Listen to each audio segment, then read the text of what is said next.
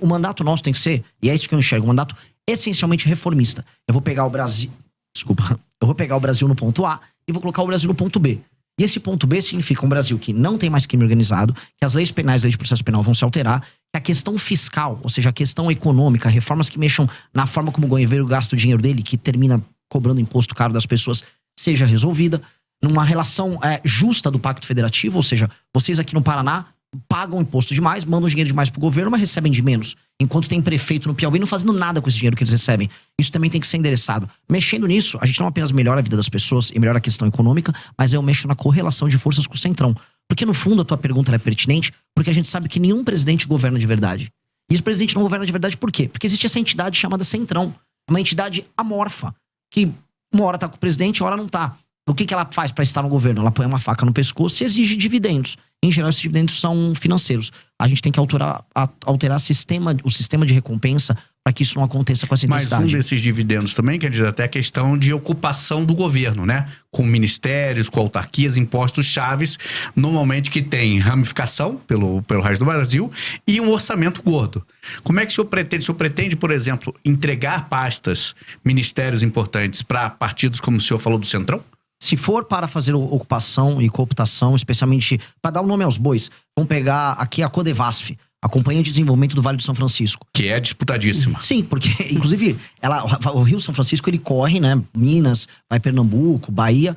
Porém, ele foi, vamos dizer, de maneira fictícia levado até o Amapá, o Rio, só para que o Alcolumbre, né, que é do União Brasil, possa usufruir dos benefícios dessa empresa pública. Isso não pode acontecer, isso não vai acontecer. E, em especial essas empresas públicas que têm atuação no Nordeste, onde há uma presença maior do Centrão e onde há um uso político muito mais intensivo. Isso não será entregue. Essas empresas públicas não podem ser entregues, porque hoje elas são, vamos dizer, um vetor central de corrupção. Eu volto a falar, não tenho problema nenhum em trazer figuras corretas e sérias de outros partidos para participar do nosso governo. Porque esta é, infelizmente, a natureza do nosso modelo. Fazer um governo que tenha coalizão é normal em todas as democracias. Agora, fazer um governo baseado em cooptação, como eles estão acostumados, não. Eu não vou fazer baseado em cooptação. E eu creio que é possível fazer isso. Eu creio que é possível você obter dividendos políticos, ou seja, um lucro político, ou seja, através das vitórias políticas de um governo, e não obter dividendos financeiros, que é o que esses caras querem. E a gente tem que, aí, o cara quer obter dividendo financeiro, eu vou atuar junto com a Polícia Federal para todo mundo que estiver desviando emenda. Eu vou conversar com o Supremo Tribunal Federal, que tem inclusive investigações em curso, e nós vamos colaborar para que as emendas sejam investigadas. Porque não pode existir um governo que se baseia na compra e cooptação dos parlamentares. A gente está falando agora de emendas só das obrigatórias, mais de 60 bilhões nesse orçamento anual. E o senhor pretende mexer nesse vespeiro das emendas? Precisa. Como? Porque hoje o Congresso cooptou o orçamento do governo, né? Como é que o senhor pretende, qual que é a proposta que o senhor vai levar eleito para os congressistas com relação à emenda, que é uma moeda cara, custosa aos parlamentares? Se vocês me permitirem, eu puder estender um pouquinho mais nesse tema, esse tema é muito importante. É um dos temas centrais para mim. Por que existe a emenda e por que ela funciona? A emenda é hoje a razão de ser de um deputado federal no Brasil.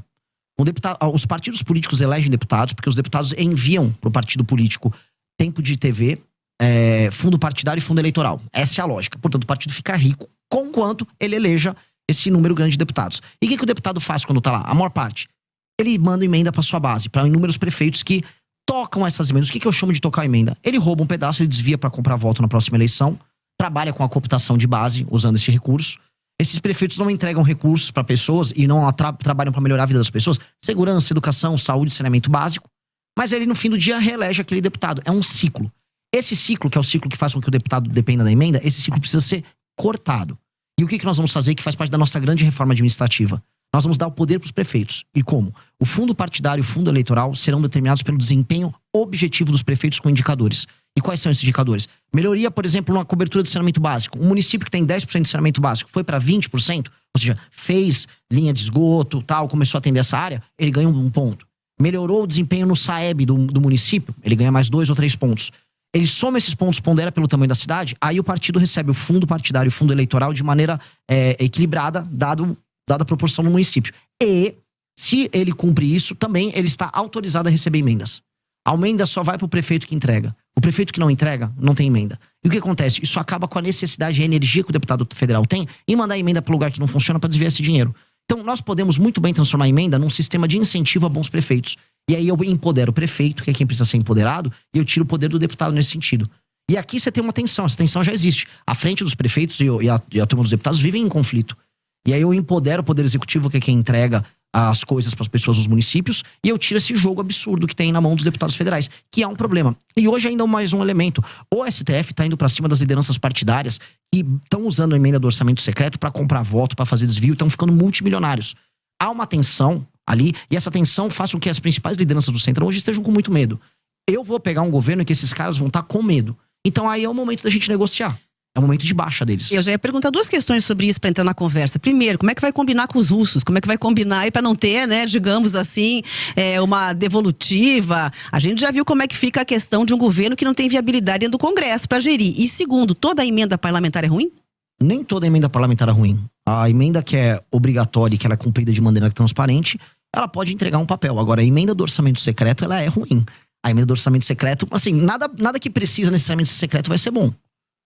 Tanto que as entregas do orçamento secreto são sempre meio secretas também. O cara nunca divulga exatamente. E aí você vai procurar, você encontra empresas de familiares de parlamentares, empresas de familiares dos prefeitos. Empresas fantasmas. Empresas fantasmas de toda sorte. Mas não há um risco, por exemplo, dessa questão da governabilidade, o Congresso dar uma resposta em relação a isso? Porque até agora não mostraram interesse nenhum, tanto na transparência quanto na questão de abrir mão dessas emendas. Ao contrário, só aumentam. Mas aí você vai precisar de um presidente da República que não tenha rabo preso com ninguém, que tenha força e capital político, e que vai gastar o seu capital político fazendo essa medida, que é uma medida não de governo, é uma medida de Estado. Essa é uma medida que altera o Brasil. Eu vou te dar um exemplo simples. Houve um presidente da República que já atendeu, vamos dizer, que já atacou o interesse do Centrão uma vez, de uma maneira muito clara, que colocava prefeito do Centrão na cadeia. Foi o Fernando Henrique Cardoso passando a lei de responsabilidade fiscal. Ora, o Fernando Henrique Cardoso conseguiu isso nos anos 90. Nós podemos conseguir isso também. Ou seja, se eu ganho a eleição presidencial e eu vou pra cima do enfrentamento ao crime organizado, a gente pode ver que tanto com o Bukele, o próprio Milei teve um pouco desse efeito, você ganha popularidade, você ganha capital político. A questão é, o que o presidente da República faz com o capital político que ele acumula? Alguns ficam, não, vou manter o tempo todo, que eu tenho que pensar na próxima eleição de prefeito. Se eu acumular esse capital político de popularidade e de respeitabilidade, eu vou gastar ele todo fazendo uma reforma que altera a dinâmica da política do Brasil. Porque isso vai impactar na qualidade das prefeituras, para a vida das pessoas na cidade serem melhores, e vai mexer no sistema político para que o Centrão perca parte desse poder. Isso precisa ser feito. E eu vou ter apoio de inúmeros partidos. Veja, mesmo alguns partidos do Centrão vão preferir o meu modelo. Nem todo mundo no Centrão quer operar com esse modelo. Prefere um modelo, por exemplo, mais municipalista. Eu tenho certeza que se eu conversar com o Kassab, que é do PSD, ele vai preferir esse modelo. Então não é todo o Centrão que quer viver disso. Isso aqui é um modelo que o baixo clero do Congresso adotou, que é a forma que permite que um deputado, em geral, semi-analfabeto, burro, pouco comprometido com o funcionamento da cidade dele, desvie grana, põe um dinheiro no bolso e se reeleja com a compra de voto.